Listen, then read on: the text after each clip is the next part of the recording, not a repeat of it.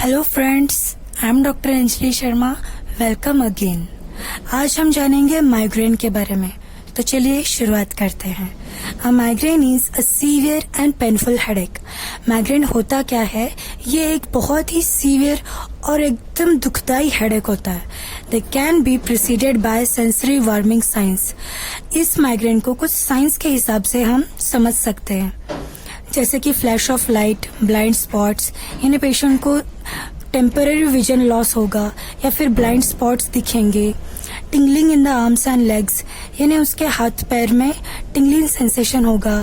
फिर nausea and vomiting है। And increasing sensitivity to light and sound, यानी patient को लाइट और साउंड से सेंसिटिविटी फील होगी।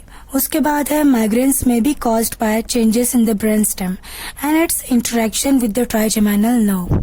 जैसे कि ट्राइजेमिनल नर्व ब्रेन स्टेम में होती है, तो अगर उसमें कोई चेंजेस आते हैं तो पेशेंट को माइग्रेन जैसी तकलीफ होती है। Next is causes. Migraine is caused by imbalance in the brain chemicals including serotonin. अगर सीरोटोनिन नामक जो केमिकल है, अगर उसकी लेवल ड्रॉप हो जाए तो पेशेंट को माइग्रेन जैसी बीमारी होती है। अब इसके और भी कुछ कॉजेस है, आइए देखते हैं। Hormonal changes in the woman. अगर वुमेन्स में एस्ट्रोजन नाम का जो हार्मोन है, अगर उसमें फंक्शनल चेंजेस हो जाते हैं, यानी चढ़ उतार हो जाते हैं, तो वुमेन्स में माइग्रेन की कंडीशन सफ़र होने लगती है। फिर उसके बाद अगर वुमन प्रेग्नेंट है या फिर मेनोपॉजल स्टेज है वुमन का, या फिर कभी कभी पीरियड्स के ड्यूरिंग एंड बिफोर, माइग्रेन जैसी कंडीशन फीमेल्स में होती है। उसके बाद है फूड। अगर पेशेंट चाइनीज फूड खा रहे हैं ज़्यादा या फिर सॉल्टी फूड खा रहे हैं तो उससे माइग्रेन ट्रिगर होता है। Next is drinks. अगर पेशेंट अल्कोहल ले रहे हैं या रेड वाइन्स ले रहे हैं तो उससे भी माइग्रेन ट्रिगर होता है। Second point is stress. अगर पेशेंट जहाँ वर्क करते हैं या फिर घर में स्ट्रेस ले रहे हैं, टेंशन ले रहे हैं, तो it cause migraine. Next point is sensory stimuli. Bright light, sun glare या फिर loud sound, strong smells including perfumes, ये सारी चीज़ें जो माइग्रेन को ट्रिगर करती है, माइग्रेन को इंड्यूस करती है। उसके बाद है फिजिकल फैक्टर्स। अगर इंटेंस फिजिकल एक्सर्शन हो रहा है या फिर सेक्सुअल एक्टिविटी हो रही है तो फिर वो भी माइग्रेन को इंड्यूस करता है। उसके बाद है उसके risk factors. First is family history. अगर फैमिली हिस्ट्री में किसी नाना को या फिर दादा को अगर फैमिली में आपके होगा तो वो जेनेटिक्स के थ्रू आप में भी आ सकता है माइग्रेन। उसके बाद है एज। माइग्रेन का कोई भी स्पेसिफिक एज डेफिनेट नहीं है, कि मतलब कोई भी एज लिमिट नहीं है। Migraine can begin at any age. उसके बाद है sex. Womens are more prone than man. उसके बाद है सिम्टम्स। माइग्रेन के सिम्टम्स 4 पार्ट्स में डिवाइडेड है। First is prodrome, second is aura, third is attack and last is postdrome. Prodrome means migraine चालू होने के पहले के सिम्टम्स। अब उसमें पेशेंट को कॉन्स्टिपेशन हो सकता है, मूड चेंजेस हो सकते हैं या फिर फूड क्रेविंग्स हो सकती है।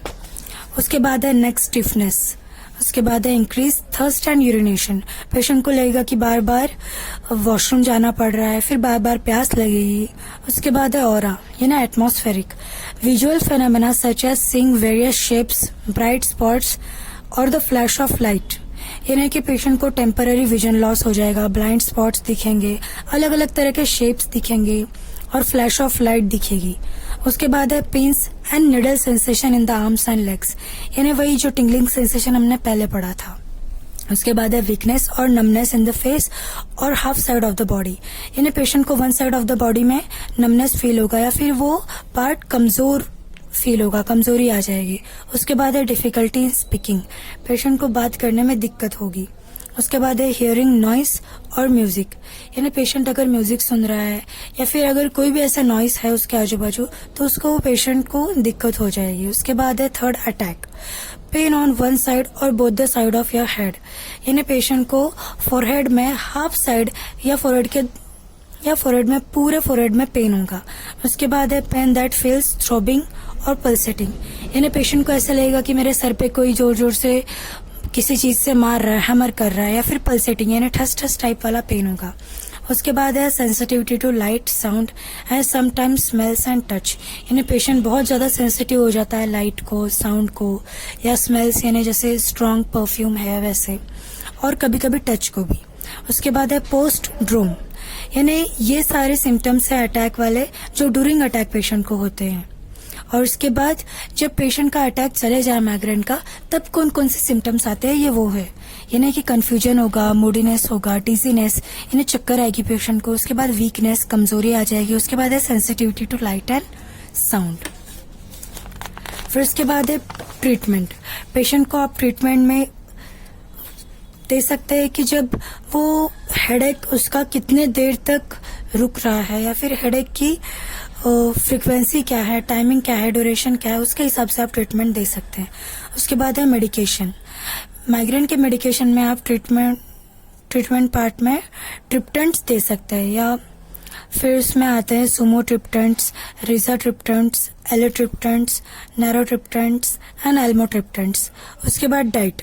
There is no specific diet for people with migraine, मतलब स्पेसिफिक कोई डाइट नहीं मेंशन किया गया है बुक्स में कि माइग्रेन वालों को यही खाना चाहिए, पर हाँ रेड वाइन्स, अल्कोहल, चीज, डेयरी प्रोडक्ट्स, ये सब फूड अवॉइड करने चाहिए। उसके बाद कंजर्वेटिव ट्रीटमेंट में आपने इनफ स्लीप लेनी है, यानी 7 से 8 घंटे आपको सोना है कम से कम।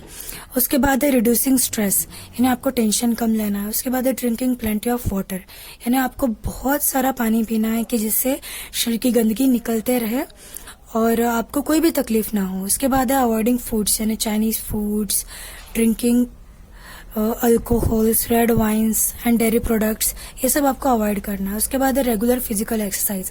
अगर आप फिजिकली एक्सरसाइज करोगे या फिर फिट रहोगे, रेगुलरली एक्सरसाइज करोगे, तो आपको माइग्रेन जैसी कोई भी बीमारी नहीं होगी। उसके बाद है सर्जरी। बोटुलिनम टॉक्सिन यानी बोटॉक्स इंजेक्शन लेने के बाद आप इसकी सर्जरी भी कर सकते हो, जैसे एक्स्ट्रा क्रैनियल सेंसरी नर्व्स की सर्जरी जो होती है वो माइग्रेन में हेल्पफुल है। तो दोस्तों आज के लिए सिर्फ इतना ही। नेक्स्ट वीडियो में हम देखेंगे स्ट्रोक, कोमा, विगिल, एपिलेप्सी और भी ऐसे बहुत सारे टॉपिक्स। तो प्लीज मेरे चैनल को लाइक, सब्सक्राइब करके जाना ताकि मेरे वीडियो की हर लिंक आपके पास नोटिफिकेशन में वो पहुंच जाए। तो बाय बाय, ख्याल रखना।